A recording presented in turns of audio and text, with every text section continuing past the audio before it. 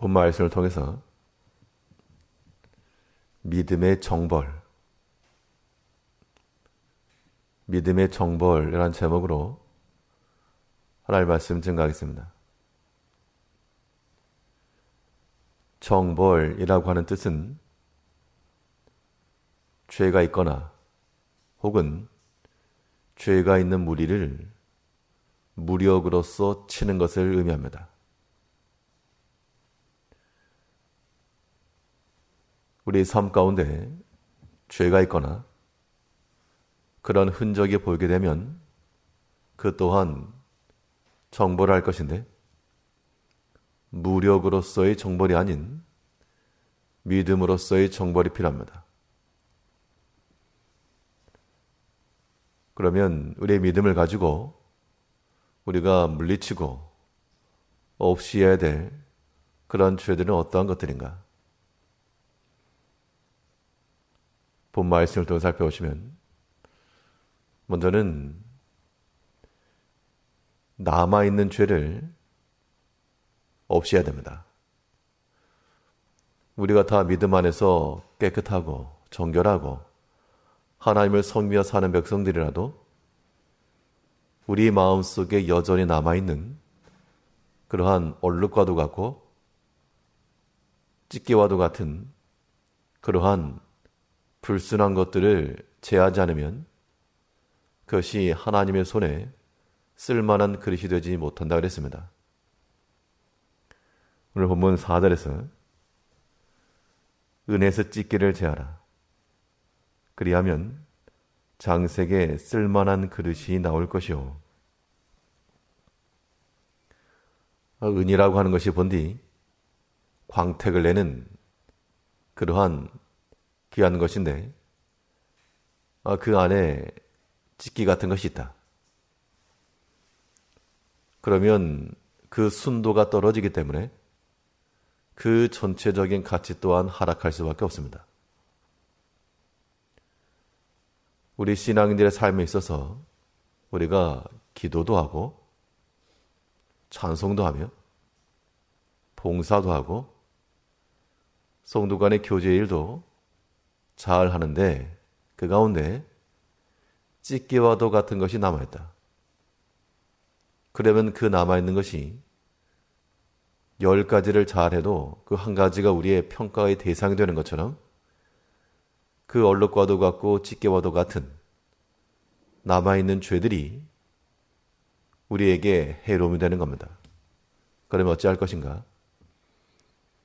그 찢기와도 같은 것을 우리 스스로가 알 것인데 그것을 없이 하기를 힘써야 됩니다. 잘 안 지워지죠. 금방 없어지는 무늬도 있지, 얼룩도 있지만 때로는 잘 지워지지 않는 것도 있습니다. 계속 그것을 가지고 다니면 보기가 안 좋은 거죠. 본인이 보기에도 찢기요. 또한 남이 보기에도 찢깁니다. 사람마다 다 약한 면이 있어서 그것이 우리에게 찢기와도 같은 것인데 그것이 해를 끼치거나 아니면 유익함이 없는 그런 것이라면 우리는 고치기에 힘써야 됩니다. 사람의 마음이라고 하는 것도 이게 원래 쉽게 고쳐지지 않죠. 우리 스스로가 알아도 이것이 나에게 약함이 있다. 좀 그런 걸 알아도 참 쉽지가 않습니다. 남아있는 지난 얼룩과도 같은 것인데 그런데 그런 것이 우리 삶에 있어서 믿음으로 살아감에 있어서 지장되는 것들이라면 그것을 없이 하기를 힘쓰셔야 됩니다. 게으름이라고 하는 그런 찢기가 남아있다.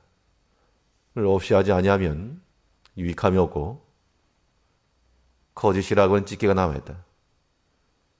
그거 없이 하지 아니하면 주인의 쓰임에 온전히 사용될 수가 없고 미워함에 찢기가 남아있다. 그거 제하지 아니하면 하나님 나라에 유익한 그릇으로 사용될 수가 없다는 겁니다. 이제 우리의 마음과 생각 속에 남아있는 그 찢기와 같은 불순한 것, 많은 건 아닌데 그 조금, 그러니까 찢깁니다. 전체가 다 더 지저분한 건 아닌데 그 한 부분이 얼룩이 묻어서 보기 좋지 않다. 우리가 그것을 항상 깨닫고 인지하고 없이 하기 힘써 나가는 것, 이것이 날마다 싸우는 우리의 믿음의 싸움인 줄 알고 오늘 한날 가운데도 우리 마음속에 여전히 남아있는 그런 악한 것들과 미워하는 것과 다투는 것과 게으른 것과 모든 불신앙의 것들을 힘써 물리치고 없이 하는 그런 한 날 되어야 됩니다. 또 우리 믿음으로서 정벌해야 될 대상이 무엇인가? 가능성 있는 죄 또한 우리가 없애야 됩니다.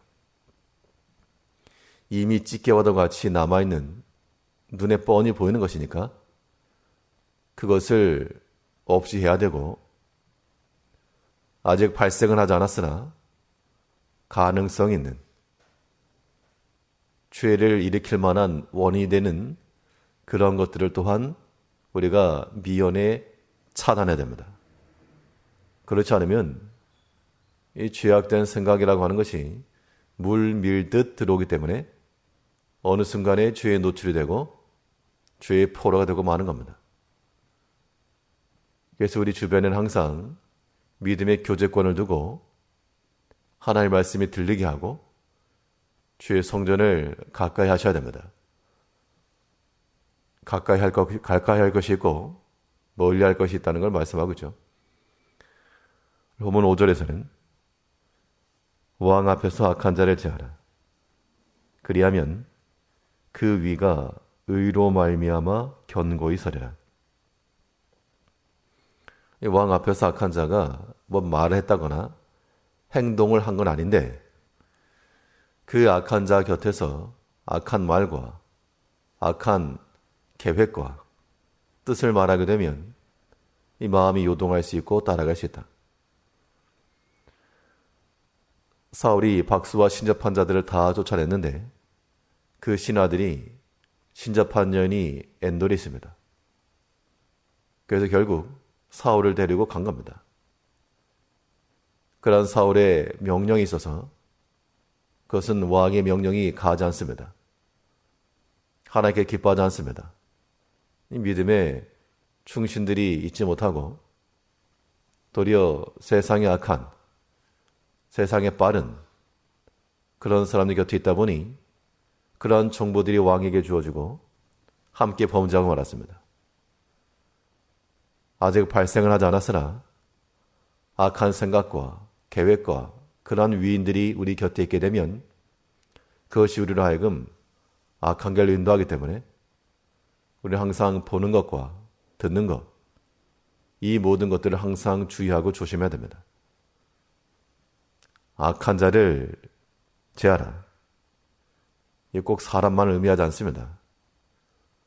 오늘 우리 삶 가운데서 우리에게 악한 정보를 주는 혹은 죄악된 마음을 주는 모든 것들이 다 악한 자인데 이런 것을 우리가 철저히 제하고 우리의 마음을 막아서지 아니하면 우리가 장색의 손에 쓰임받는 그릇이 되지 못하고 도리어 깨어지는 그릇 되고 마는 겁니다. 세상 가운데 완벽한 사람 아무도 없으나 우리는 고순도의 신앙을 지향하는 그런 믿음의 백성을 해야 됩니다. 우리가 하나님의 손에 쓰임받는 좋은 그릇들 되기 위해서 오늘 한날도 우리에게 남아있는 잘 지워지지 아니한 얼룩과도 같은 그런 찢기를 제할 것이며 또한 죄로 나아갈 수 있는 모든 가능성과 모든 원인들, 탐심 다 물리쳐 정결하고 깨끗한 마음을 가지고 하나님을 섬겨 나가는 한 날 되시길 바랍니다. 기도하겠습니다.